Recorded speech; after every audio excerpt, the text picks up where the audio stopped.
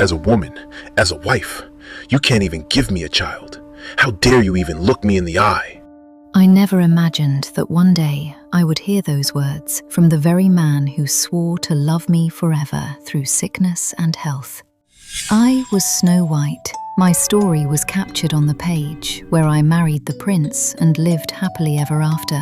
But the ink of that ending bled through the paper, writing a dark, new chapter right over our happy one.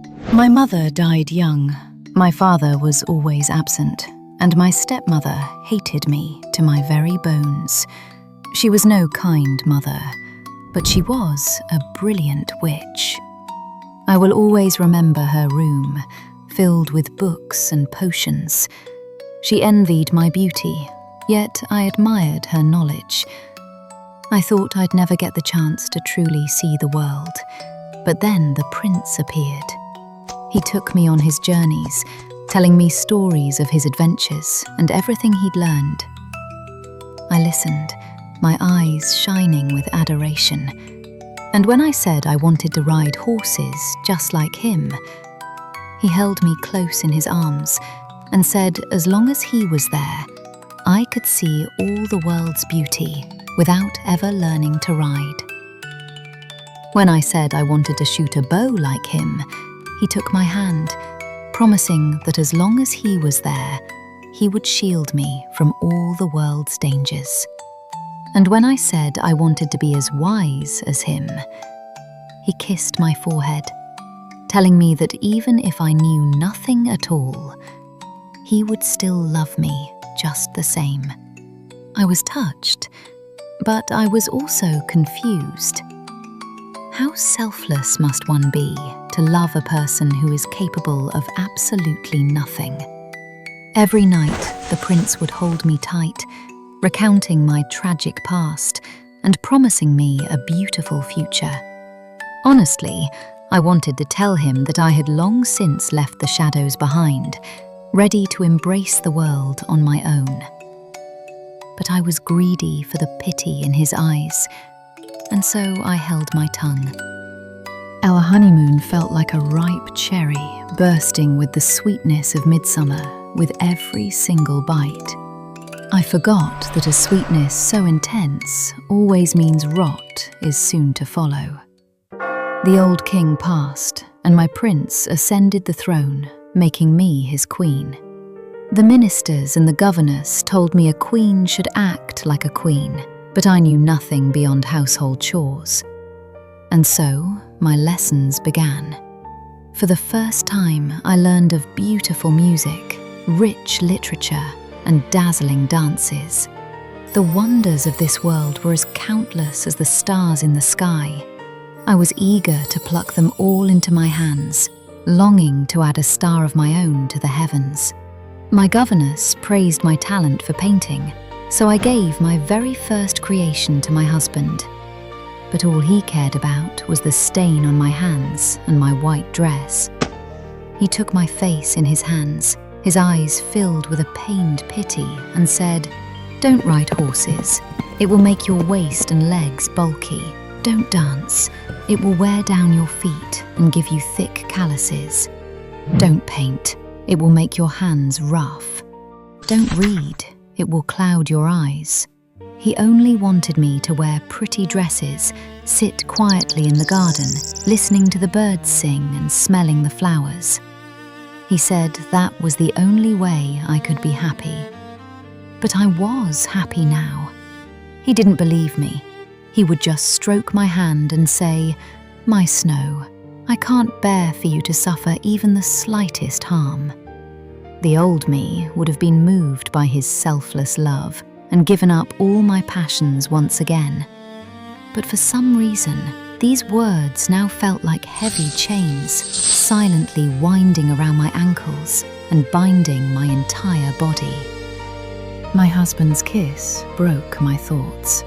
He began to caress me, whispering into my ear, "Give me a child." And yes, I wanted a child too. I had never known a mother's love, and I hoped to give it freely to my own. But fate stole away my chance at motherhood. The doctors said I had been poisoned in the past.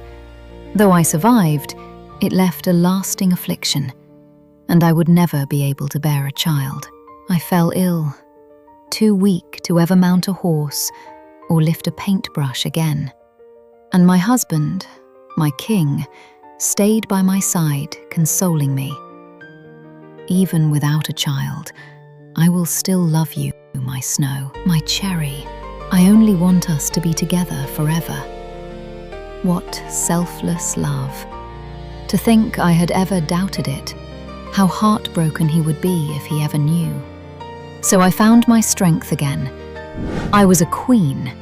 If I couldn't have a child, I would love my people instead. I began to build orphanages across the country, taking in children who had lost their parents.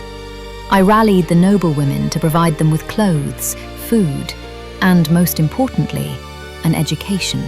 The children adored me, the people were grateful, and the nobles praised me as a virtuous queen, a blessing to the entire kingdom. I stood with a glass of wine in my hand, accepting their praise. The crown on my head was heavy with jewels, but my mind and body were finally strong enough to bear its weight. I turned, raising my glass to invite my husband to share in my joy, wanting him to be proud of me. But he was leaning back against his throne, his body completely swallowed in my shadow. I couldn't see his face. The glass in my hand shattered on the floor, the red wine spilling like a vivid, bloody stain. And so began our very first argument. He said I had changed.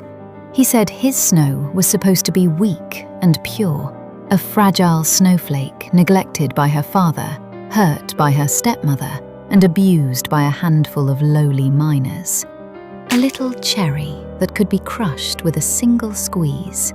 Not this rebellious woman who showed her face in public, bared her claws, and chased after cheap fame. It was in that moment I realized my husband had never truly known all of me.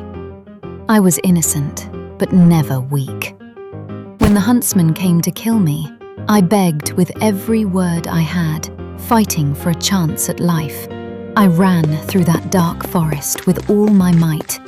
I never stopped, even as thorns and stones tore at my skin, because I knew the beasts waiting in the shadows would rush out and snap my neck if I did. My stepmother only succeeded those first 2 times because she disguised herself as a pitiful old woman and preyed on my sympathy. I admit, I was naive then. I never imagined her jealousy could be so fierce. But the 3rd time, I saw right through her trick. I didn't have her strength, and she still forced the poisoned apple into my mouth, despite my desperate struggle. My sheer will to live stopped me from swallowing. The apple lodged in my throat, and it never truly took my life. It was I who fought with everything I had to survive. I saved myself. And as for the dwarves, they were my friends. I earned my keep in their home with my own 2 hands. It was a fair and honest exchange.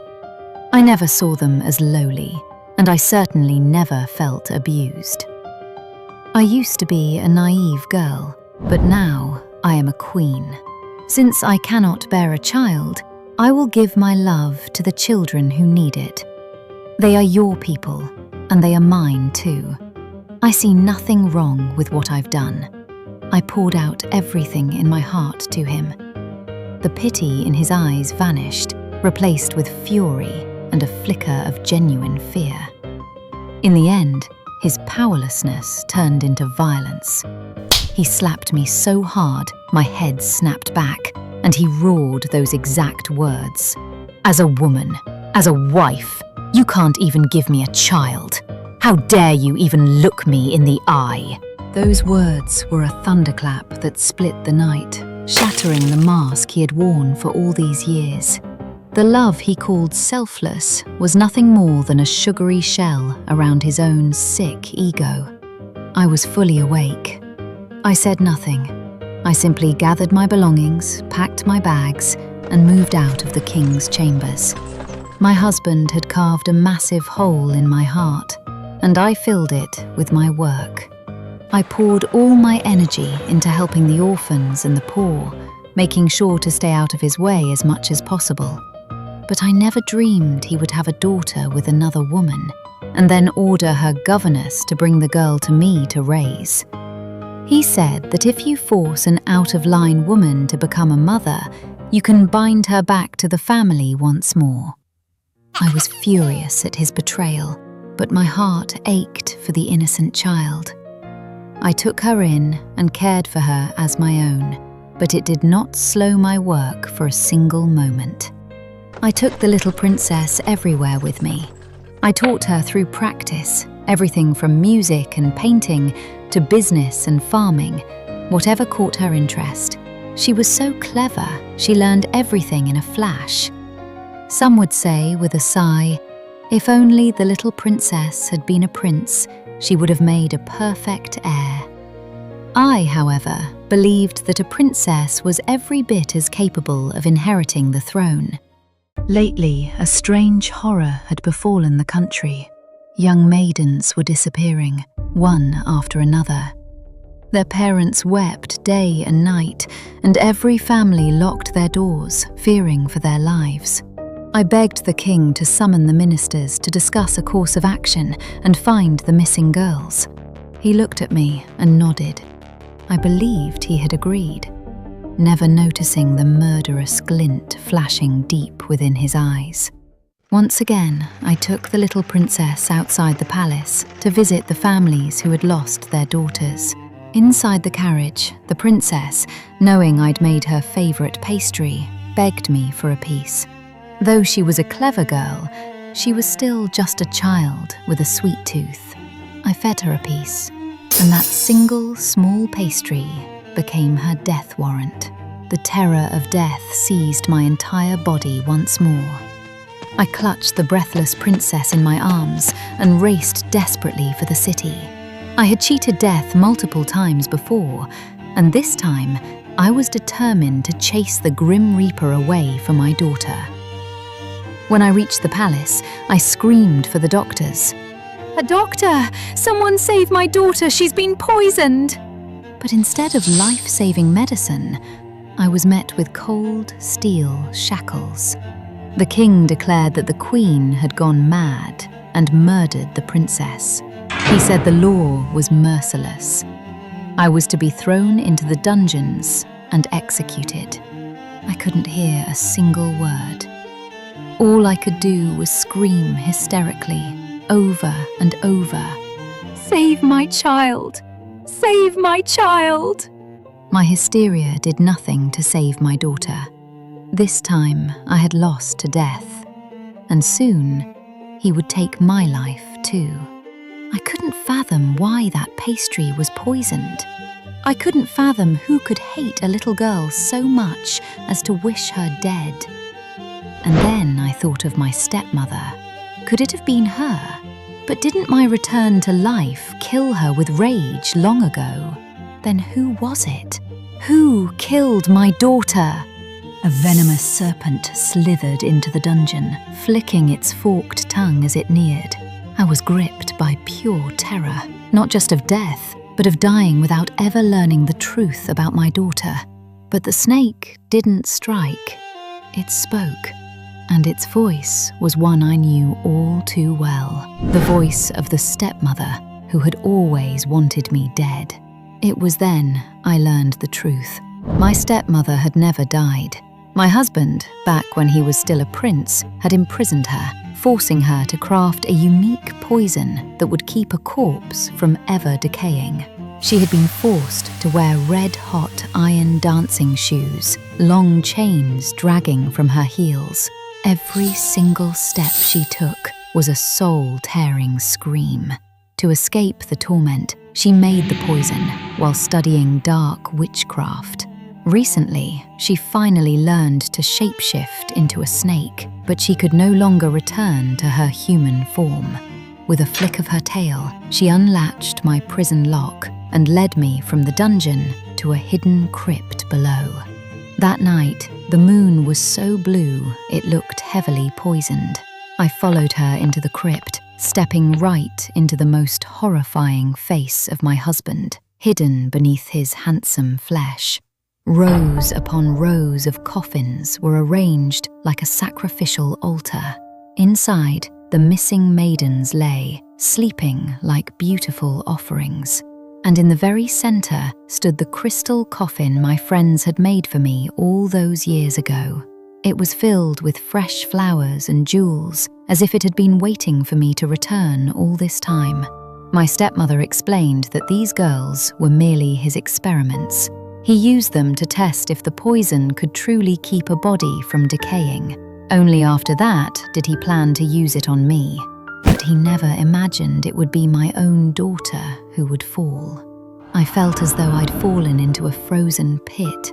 I couldn't understand why my husband would do such a thing. In my mind, he might have been selfish, but never this cruel, never this insane. My stepmother laughed, a raw, grating sound. "Oh, he fell in love with you, all right," she spat. "He told me he couldn't even live if he couldn't watch you every passing second. To get you, he was even willing to bow and beg to a few lowly miners. But you were a corpse then. What kind of man possesses such a sickening lust for a corpse? Was he really not cruel? Not insane?" Her words were like flies, crawling right into my mouth. I finally understood why the more power and strength I gained, the more furious and violent he became. All he ever wanted was a puppet he could control and arrange as he pleased. The love he gave me wasn't a rescue, it was a hunt, a calculated, complete hunt. A wave of intense nausea crashed into my stomach. I fell to my knees, gagging uncontrollably. The serpent, flicking her forked tongue, coiled around my neck and whispered like a ghost. She told me she was close to death, with only one last drop of poison left in her fang, but it was enough to kill me. Since the truth was this cruel, she said, a quick death would be a relief, a way to be with my mother and my daughter again. That was her goal, to use this terrible reality to take me down with her. But I seized her right at her core and stared back at her.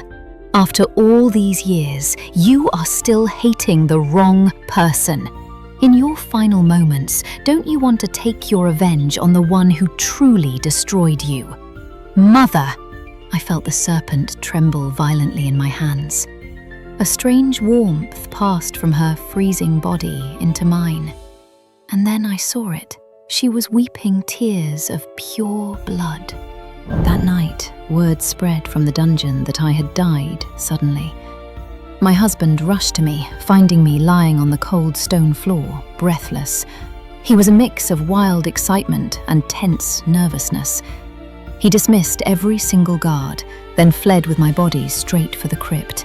He gently placed me back into the crystal coffin, just as carefully as he had carried me out of it all those years ago. He stroked my hair and my face, unable to stop a monstrous laugh from bubbling up. "My Snow, my cherry, you've finally become the way I love you most. Only death can keep you from ever being taken from me."